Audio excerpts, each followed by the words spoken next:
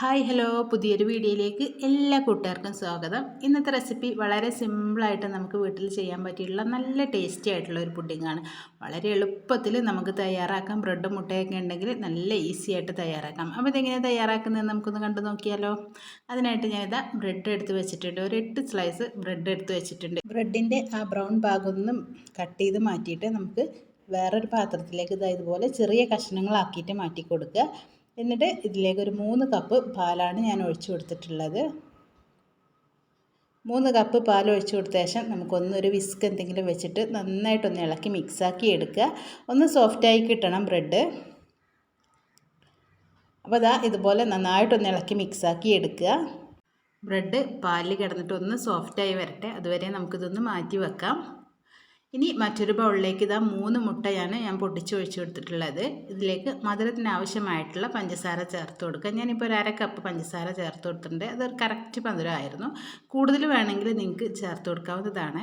എന്നിട്ട് നന്നായിട്ടൊന്ന് ഇളക്കി മിക്സാക്കി എടുക്കുക. നന്നായിട്ടൊന്ന് സ്പൂൺ വെച്ചിട്ടൊന്ന് ബീറ്റ് ചെയ്തെടുത്താൽ മതി. ഇതിലേക്ക് ആ ഒരു മുട്ടയുടെ സ്മെല്ലൊക്കെ ഒന്ന് പോകാൻ വേണ്ടിയിട്ട് ഞാനൊരു 1/4 ടീസ്പൂണോളം വാനില എസൻസ് ചേർത്ത് കൊടുക്കുന്നുണ്ട്. നിങ്ങളുടെ കയ്യിലുണ്ടെങ്കിൽ ചേർത്ത് കൊടുത്താൽ മതി, നിർബന്ധമൊന്നുമില്ല. എന്നിട്ട് അതും കൂടെ ചേർത്തിട്ട് ഒന്നും കൂടെ ഒന്ന് ഇളക്കി മിക്സാക്കി എടുക്കുക. ഇനി നമ്മൾ നേരത്തെ മാറ്റി വെച്ചിട്ടുള്ള ബ്രെഡിൻ്റെ മിക്സിലേക്ക് ഈ ഒരു മുട്ടയുടെ മിക്സും കൂടെ ഒഴിച്ചു കൊടുക്കുകയാണ് വേണ്ടത്. എന്നിട്ട് എല്ലാം കൂടി നന്നായിട്ട് ഒന്നും കൂടെ ഒന്ന് നന്നായിട്ട് ഇളക്കിയെടുക്കുക.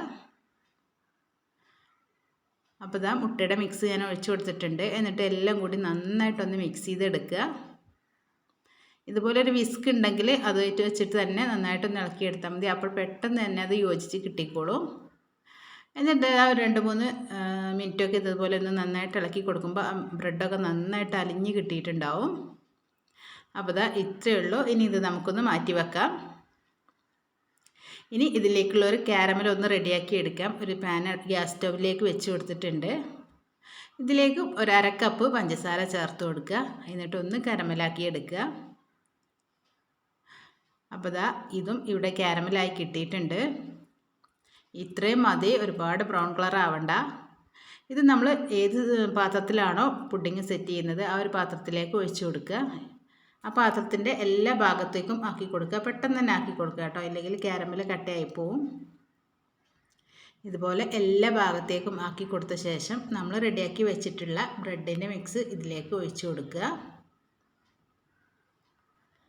ബ്രെഡിൻ്റെ മിക്സ് ഇതിലേക്ക് ഒഴിച്ചു കൊടുത്ത ശേഷം നമ്മളിതൊന്ന് കവർ ചെയ്തെടുക്കുക. ഒരു ഫോയിൽ പേപ്പർ വെച്ചിട്ട് ഞാനിതൊന്ന് കവർ ചെയ്തെടുക്കുന്നുണ്ട്. നിങ്ങൾ അടപ്പുള്ള പാത്രത്തിലാണ് ഇത് സെറ്റ് ചെയ്യുന്നതെങ്കിൽ ആ ഒരു അടപ്പ് വെച്ചിട്ട് നന്നായിട്ടൊന്ന് അടച്ചു കൊടുക്കുക. ഇല്ലെങ്കിൽ ആവിൻ്റെ വെള്ളം ഇതിലേക്ക് ചാടും. അതിന് വേണ്ടിയിട്ടാണ് ഇതിങ്ങനെ ഫോയിൽ പേപ്പർ വെച്ചിട്ടൊന്ന് കവർ ചെയ്തെടുത്തിട്ടുള്ളത്. ഇനി നമുക്കിതൊന്ന് ആവിയിൽ വേവിച്ചെടുക്കാം. ഒരു 20-25 മിനിറ്റോളം ഞാനിപ്പോൾ ഇതൊരു മീഡിയം ഫ്ലെയിമിൽ ഇട്ടിട്ട് വേവിച്ചെടുത്തിട്ടുണ്ട്. അതിനായിട്ട് ഇതൊരു പാത്രത്തിൽ ഞാൻ വെള്ളം വെച്ചിട്ടുണ്ട്. അതിലൊരു റിങ് ഇറക്കി വെച്ചിട്ടുണ്ട്. അതിൻ്റെ മുകളിലേക്കാണ് നമ്മൾ ഈ ഒരു ട്രേ ഇറക്കി വെച്ചിട്ടുള്ളത്. എന്നിട്ട് അടച്ച് വെച്ചിട്ട് 25 മിനിറ്റോളം ഞാനിത് വേവിച്ചെടുത്തിട്ടുണ്ട്. ഒരു മീഡിയം ഫ്ലെയിമിൽ വെച്ചിട്ട് 25 മിനിറ്റ് വേവിച്ചെടുത്തിട്ടുണ്ട്. അപ്പോൾ ഇതാ 25 മിനിറ്റ് കഴിഞ്ഞിട്ടുള്ള വീഡിയോ ആണ് ഇപ്പോൾ നിങ്ങൾ കാണുന്നത്. പുഡിങ് നന്നായിട്ടൊന്ന് സെറ്റായി കിട്ടിയിട്ടുണ്ട്. അതുപോലെ തന്നെ ഒരു 10-15 മിനിറ്റ് ഒന്ന് തണുക്കാനായിട്ട് മാറ്റി വെച്ചിട്ടുണ്ടായിരുന്നു. തണുത്ത് കഴിയുമ്പോൾ തന്നെ ഇതിൻ്റെ സൈഡ് ഭാഗമൊക്കെ വിട്ട് വരും. ഈസി ആയിട്ട് നമുക്ക് മറ്റൊരു പാത്രത്തിലേക്ക് ആക്കി കൊടുക്കാൻ പറ്റും. അപ്പോൾ ഇതാ ഞാനിതൊന്ന് വേറൊരു പാത്രത്തിലേക്ക് മാറ്റി കൊടുത്തിട്ടുണ്ട്. അപ്പോൾ ഈസി ആയിട്ട് നമുക്ക് വീട്ടിൽ തയ്യാറാക്കാൻ പറ്റിയിട്ടുള്ള നല്ല ടേസ്റ്റി ആയിട്ടുള്ള ഒരു പുഡിങ്ങാണ്.